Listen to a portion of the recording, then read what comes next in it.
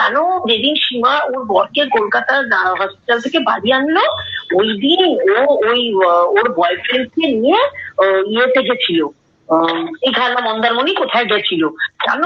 যে তুমি কি করে জানলে? বলছে গ্রুপে সবাই বলছে এরকম যে এই ঘটনা ওরা দেখে, আমরা সবাই জানি, আর আমার কাছেও প্রমাণ আছে। হাই, আমি Ipsita, welcome back to my channel. চলে এসেছি আবার একটা নতুন ভিডিও নিয়ে অনেক অপেক্ষার পর। তো ভিডিওর শুরুতেই যেটুকু অংশ আপনারা শুনলেন সেখানে কি বুঝলেন? হ্যাঁ, একজন আরেকজনের বিরুদ্ধে প্রমাণ রেখে দেয়, যাদের মধ্যে এত ভালোবাসা, এত বন্ধুত্ব, অটুট প্রেম, এই যুগে ভালোবাসার মিসাল, তারা বন্ধুত্বের মিসাল, সেই 63 কিনা এই জবা মাসির বিরুদ্ধে প্রমাণ রেখে দিয়েছে সঠিক সময় ব্যবহার করার জন্য। কি প্রমাণ? না, সে তার অসুস্থ স্বামীকে যেদিন হসপিটাল থেকে বের করেছে সেই দিনই সে চলে গেছে কোথায়? মন্দারমণিতে।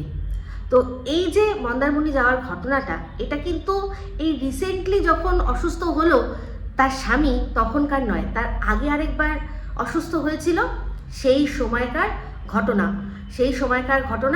সেই সময় হসপিটাল থেকে ছাড়ানোর পরেই তারা তর সয়নি, সে নাগর নিয়ে চলে গেছে মন্দারমণি। এটা আমি বলছি না, এদের মধ্যেই আলোচনা হচ্ছে।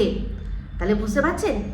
তাহলে এই যে আমি বলেছিলাম যে বেশ কিছু দর্শকরাও, তারাও কিন্তু জেনে বুঝে এইসব নোংরামিগুলোকে সাপোর্ট করে।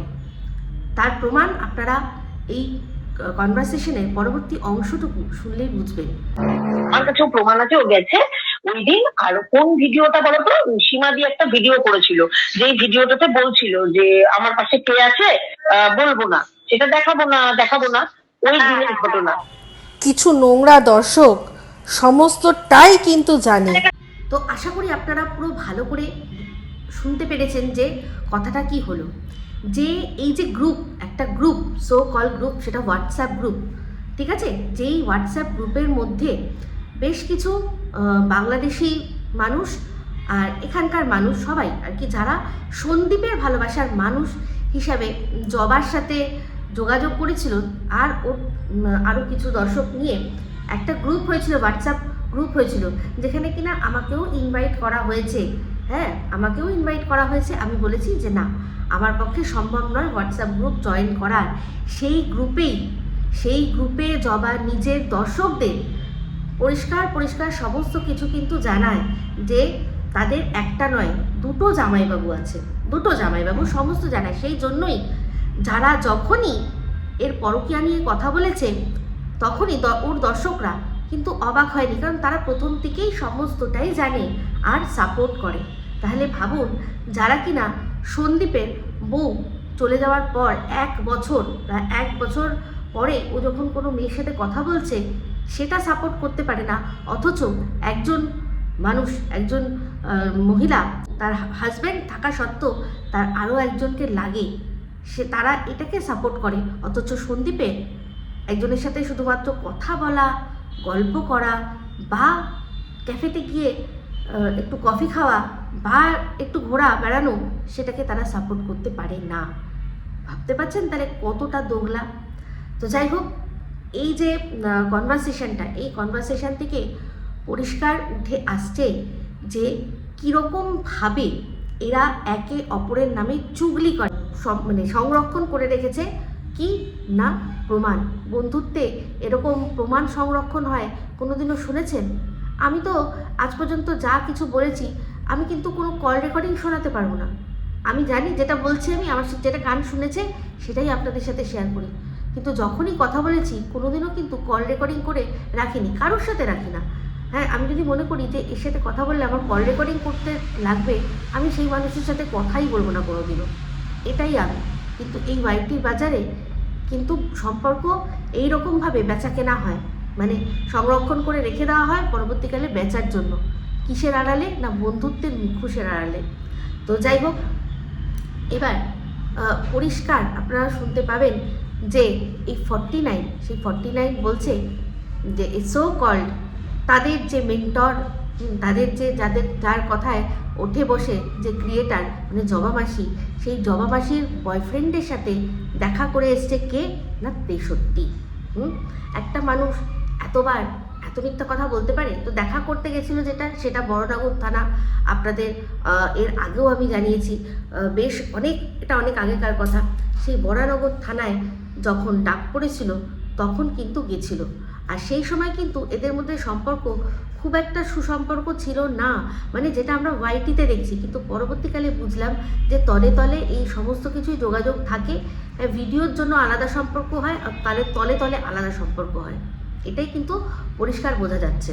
দাঁড়িয়ে দেখো, হ্যাঁ উনি কিন্তু, আমি তোমাকে বললাম না সীমাদির সাথে যখন গেছিল ওই তখন কিন্তু সামনাসামনি দেখে এসেছে। তাহলে তাহলে উনি কোন মুখে পরকীয়াকে সাপোর্ট করে না চিৎকার করে গো? কোন মুখে? ওই সেখানে তো মুখ তুলে একটা জোরে বলতে পারোনি যে সাপোর্ট করি না সীমা, এটা আমি মেনে নেবো না, মেনে নেবো না, এটা তো করোনি। আজ পর্যন্ত তুমি ওয়াইটিতে তো বলোনি যে আমার কাছে প্রুফ আছে সীমা এগুলো করেছে, বলছো না তো? ভেতরে ভেতরে ভিউয়ার্সদের কানে কানে জানাচ্ছ। এটা আমাকে বলতে পারবে না, আমাকে বলতে পারবে না, কেন বলো তো? কারণ উনি জানে খুব ভালো করে যে প্রিয়া পড়ে যাবে। যে দিন দিয়ে আগে আমাকে বলতো না এই কথাটা যে আমি সীমার বয়ফ্রেন্ডকে দেখেছি, আমি ওই দিনই ওনাকে আউট করে দিতাম। উনি নিজে দেখে এসে আমাকে বলেছে। তাহলে আজকে উনি বলতে বসেছে আমার অক্ষমতা। তো পুরো কনভারসেশনটা ভালো করে শুনলেন। আমি এর আগে যেটুকু আপনাদের শুনিয়েছিলাম সেখানেও পরিষ্কার বোঝা যাচ্ছিল, কিন্তু আজকে পরিষ্কার গোটা মানে ওয়ার্ডে শুনলেন। সেখানে বলছে কি এই জবার বয়ফ্রেন্ডের সাথে উনি দেখা করে এসেছেন। উনি বলতে কে? উনি হচ্ছেন 63। আর এখন এটাকে বলা হচ্ছে যে ও ডাহা নাকি মিথ্যা কথা বলেছে। কিন্তু কি কারণে মিথ্যা কথা বলবে, কেন বলবে? আর যদি সত্যিই বলে থাকে তাহলে এর আগে মানে হয়তো কোনো রাগে দুঃখে বলেছে, আমি মানছি যদি বলেও থাকে রাগে দুঃখে, তা তার তো আরও অনেক সময় পেয়েছে, রাগ দুঃখ তো চলে গেছিল। তারপর তো এরা একসাথে দেখা করেছে, কবে সেই রমারিনীর কেসটা ঘটেছে তারপর এরা একসাথে দেখা করেছে। এমনকি 49-এর শ্বশুর মারা গেছে যখন, তখন 63 সেখানে গেছে। আর শুধু তাই নয়, সব মানে ওই রকম একটা পরলৌকিক ক্রিয়া হচ্ছে, তার মধ্যে অন্য একটা ঘরে ভিডিও পর্যন্ত করতে বসে পড়েছে। কেন না ওয়াইফাই আছে, তার বাড়িতে ওয়াইফাই নেই, এখানে ওয়াইফাই পেয়েছে, তাই জন্য সে আবার এখন আমাকে নিয়ে বলতে বসেছে।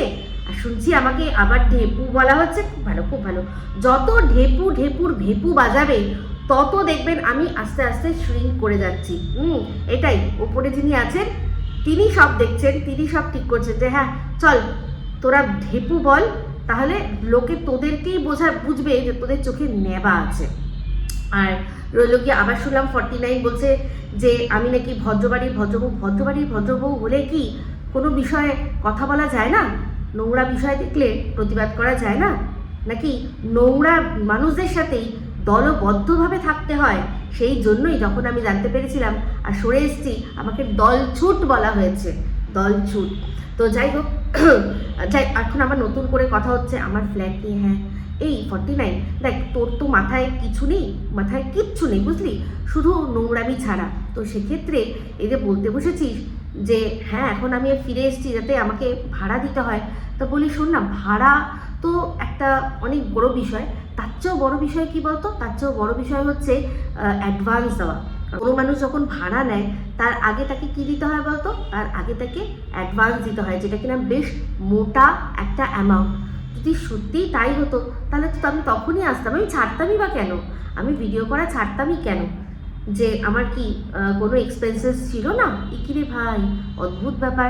যাই হোক, আমি জানি দর্শক বন্ধুরা এরা সবাই আমার মুখ বন্ধ করার জন্য হয়তো এই বিষয়টা নিয়েই আর কি আমাকে পোক করবে। আমি হয়তো সেখানে ভাববো ইস আমাকে এরকম বলছে, আমার ফ্ল্যাটের ভাড়া জুটবে না ইউআইটিতে না আসলে, ঠিক আছে আমি আসবোই না। ওই বোকামি আমি কোনোদিনও করিনি আর করবোই না। আমি কাউকে দেখানো বা কারোর কোথায় কখনো আমার জায়গা ছাড়ি এরকম হয় না। আমার যখন মনে হয় যে আমার ভালো লাগছে না আমি তখন করি না, কারণ আমার বাধ্যবাধকতা নেই। তোর বাধ্যবাধকতা আছে, কারণ তোর এখান থেকে ইনকাম বন্ধ হলেই লোকের কাছে এর কাছে হাত পাততে হবে, কিন্তু আমার সেই জিনিসটা ভগবানের আশীর্বাদে নেই। তাই আমি আমার আনন্দে কাজ করি, আমার যখন মনে হয় আমি কাজ করি, যখন মনে হবে না আমি কাজ করব না। তাও আমার সমস্ত কিছু যেমন চলার তেমনিই চলবে, কারণ আমাকে চালাচ্ছেন উপর থেকে বসে উনি।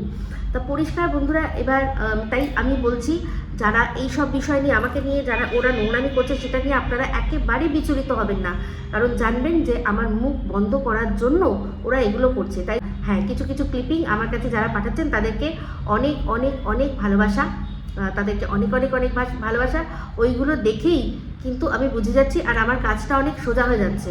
আমার মানে যেতে হচ্ছে না, দেখতে হচ্ছে না, যেটুকু অংশ আমার শোনার দরকার সেটুকু আপনারা আমাকে পাঠিয়ে দিচ্ছেন, তার জন্য একটা অনেক বড় মানে অনেক অনেক ভালোবাসা। তো আমি এখন ছোট ছোট ভিডিওই করব, এর থেকে বেশি বড় ভিডিও করব না। তো আজকের এই ভিডিওটার মধ্যে আশা করি অনেক কিছু আপনাদের কাছে ক্লিয়ার হয়ে যাবে। অবশ্যই যারা ব্রেন ওয়াশড তাদের কথা বলছি না, যারা সত্যি নিরপেক্ষ দর্শক আর সত্যি যারা কারুর কাছে মানে নিজের বিবেক বন্ধক রাখেননি, কি কারুর কাছে বাধা দেননি, তারা সমস্তটাই বুঝে যাবেন। তো সবচেয়ে বড় কথা, এই ক্রিয়েটাররা বিভিন্ন সময় টাইম অ্যান্ড এগেন বিভিন্ন দর্শকদের ইউজ করেছে, তারপর তাদেরকে মানে যাচ্ছে তাইভাবে অপমান করেছে। আপনারা হয়তো ভাবছেন যে আমাকে তো অপমান করেনি, তাই আমার কি আছে, আমার কি আছে, কিন্তু যেদিন আপনাকে অপমান করবেন সেদিন বুঝবেন যে যাদের আপনারা ভালোবেসে নিজের সময় খরচা করে সুন্দর সুন্দর কমেন্ট করেন, অ্যাপ্রিসিয়েট করেন, সেই কমেন্টগুলো উৎসাহ হিসাবে একসময় নেয়, কিন্তু তারপরেই যখন আপনাদের মনে হয় যে না এটা ঠিক করছে না, ভুল করছে, তখন সেটা যখন আপনারা কমেন্টের মাধ্যমেই ধরিয়ে দেওয়ার চেষ্টা করবেন, তখন যখন আপনাদের কাছে উল্টো জবাব আসবেন, দেখবেন ঠিক কতটা কষ্ট হয়।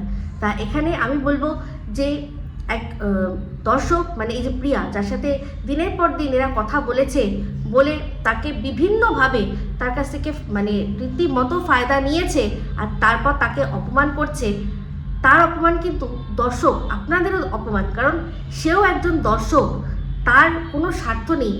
যদি তার স্বার্থ থাকে তাহলে বলবো আপনাদেরও স্বার্থ আছে।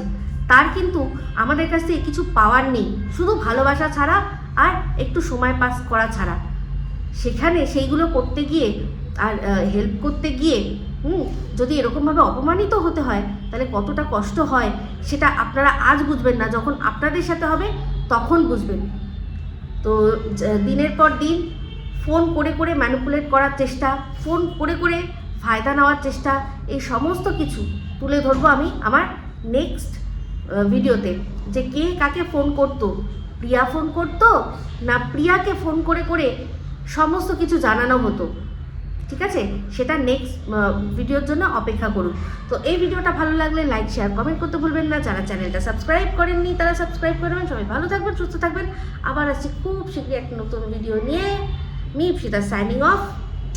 লাভ ইউ অল।